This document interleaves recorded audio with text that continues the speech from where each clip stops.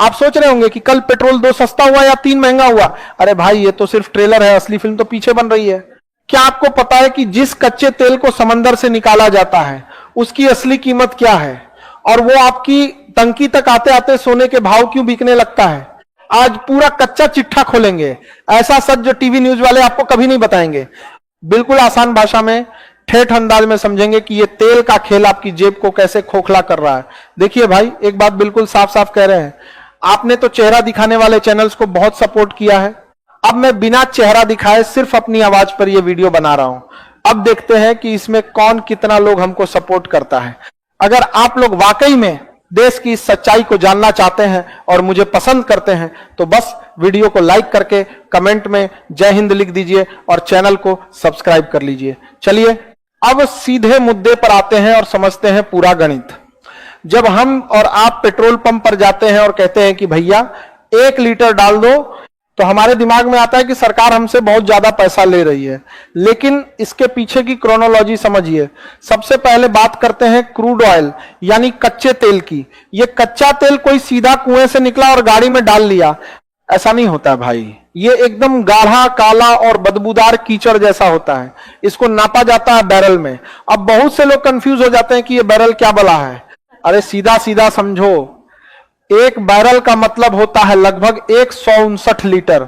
अब दुनिया में तेल बेचने वाले दादा लोग बैठे हैं जिन्हें हम कहते हैं ओपेक देश, सऊदी अरब, यूएई, इराक, ये सब मिलकर तय करते हैं कि दुनिया को कितना तेल देना है।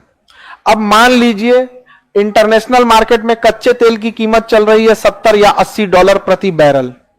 अगर हम डॉलर को भारतीय रुपए में बदलें और 159 लीटर से भाग दें तो आपको जानकर हैरानी होगी कि जो कच्चा तेल भारत खरीदता है उसकी मूल कीमत सिर्फ 35 से 40 प्रति लीटर के आसपास बैठती है। जरा सोचिए, जो चीज 40 लीटर मिल रही है वो आपकी गाड़ी तक आते आते 100 के पार कैसे हो गई? ये बीच का 60 कौन हजम कर रहा है? क्या इसमें सिर्फ सरकार की गलती है या फिर इसके पीछे कोई बहुत बड़ा ग्लोबल नेटवर्क काम कर रहा है? चलो इसको बिल्कुल स्टेप बाय स्टेप समझते हैं, जैसे क्लासरूम में समझते हैं। जब भारत सरकार या हमारी कंपनियां जैसे आईओसीएल, बीपीसीएल, एचपीसीएल विदेशों से तेल खरीदती हैं तो वो जहाजों के जरिए भारत के बंदरगाहों पर आता है।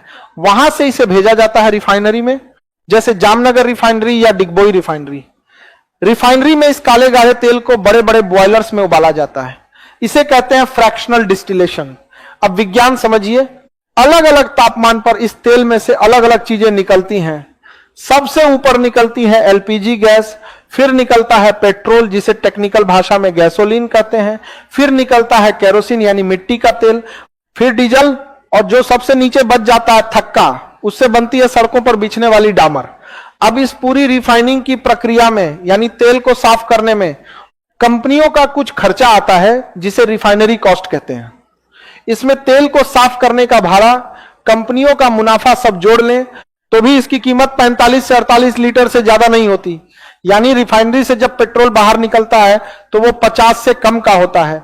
अब रिफाइनरी से ये तेल ट्रकों के जरिए, पाइपलाइनों के जरिए आपके शहर के पेट्रोल पंप तक पहुंचता है। जो पेट्रोल पंप का मालिक होता है उसे हम कहते हैं डीलर। अब वो बेचारा अपनी जेब से करोड़ों रुपए लगाकर पंप खोला है, स्टाफ रखा है, बिजली का बिल भर रहा है, तो वो भी तो अपना हिस्सा लेगा ना भाई। तो सरकार हर 1 लीटर पेट्रोल पर डीलर को लगभग 3.5 से 4 का कमीशन देती है। डीजल पर यह कमीशन थोड़ा कम, करीब 2.5 होता है। चलो डीलर का मुनाफा भी जोड़ लिया, तब भी कीमत 52 से 54 के आसपास पहुंची। तो फिर ये बाकी का 45-50 कहां गया? यहीं पर एंट्री होती है असली टैक्स के सुल्तानों की। यहीं पर लागू होता है टैक्स का वो माया जाल जिसे देखकर अच्छे अच्छे अर्थशास्त्रियों का दिमाग घूम जाता है। अब ध्यान से सुनिए, इस देश में पेट्रोल डीजल को जीएसटी के दायरे से बाहर रखा गया है। क्यों रखा गया है? अगर जीएसटी में डाल दिया तो ज्यादा से ज्यादा 28% टैक्स लगेगा, और अगर 28% टैक्स लगा तो 50 का पेट्रोल मुश्किल से 65 या 70 में बिकने लगेगा। लेकिन सरकारें ऐसा नहीं चाहती। चाहे केंद्र सरकार हो या राज्य सरकार, दोनों के लिए पेट्रोल डीजल कमाई का सबसे बड़ा जरिया है। आपको पेट्रोल का मैं बीजा, जब पेट्रोल पंप पर तेल पहुंचता है तो उस पर सबसे पहले लगती है एक्साइज ड्यूटी यानी उत्पाद शुल्क। यह टैक्स लगाती है केंद्र सरकार। यह कोई प्रतिशत में नहीं होता, यह फिक्स होता है। जैसे हर लीटर पे 20 या 25 सीधे केंद्र सरकार के खाते में चला जाता है।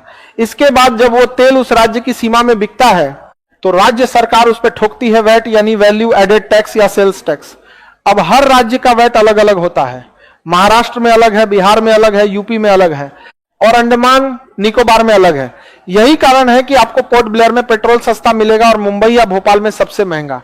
राज्य सरकारें प्रतिशत में टैक्स वसूलती हैं, जैसे 25% या 30%, यानी जितना महंगा बेस प्राइस होगा राज्य सरकार की कमाई उतनी ही ज्यादा होगी।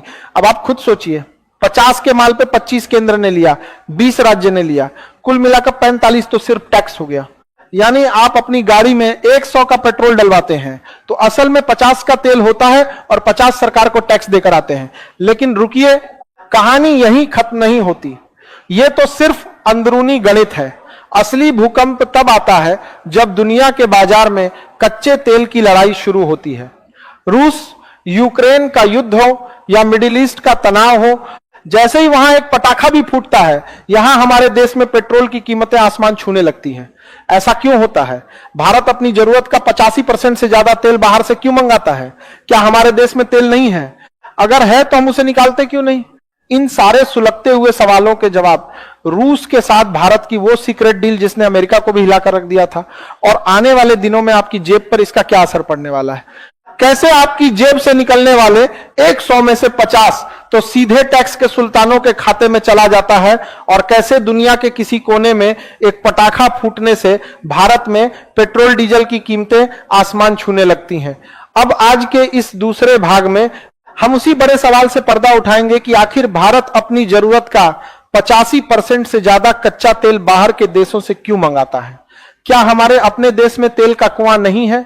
अगर है तो हम उसे खोदकर बाहर क्यों नहीं निकालते।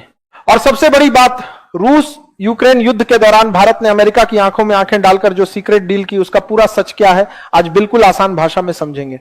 देखिए भाई, हमारे देश में तेल नहीं है ऐसा सोचना बिल्कुल गलत है। हमारे पास असम का डिगबोई है, गुजरात का अंकलेश्वर है और मुंबई हाई तो समंदर के बीच में तेल उगल ही रहा है।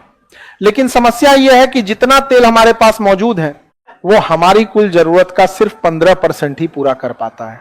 अब आप कहेंगे कि खान सर और कुएं क्यों नहीं खोद लेते?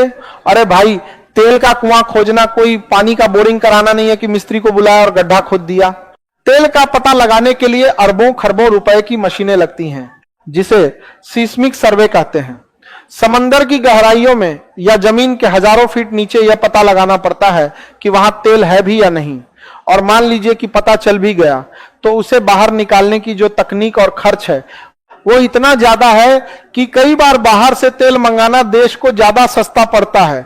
इसी मजबूरी का फायदा उठाते हैं ओपेक देश, यानी खाड़ी के देश, जो दुनिया के तेल बाजार के सबसे बड़े दादा बने बैठे हैं।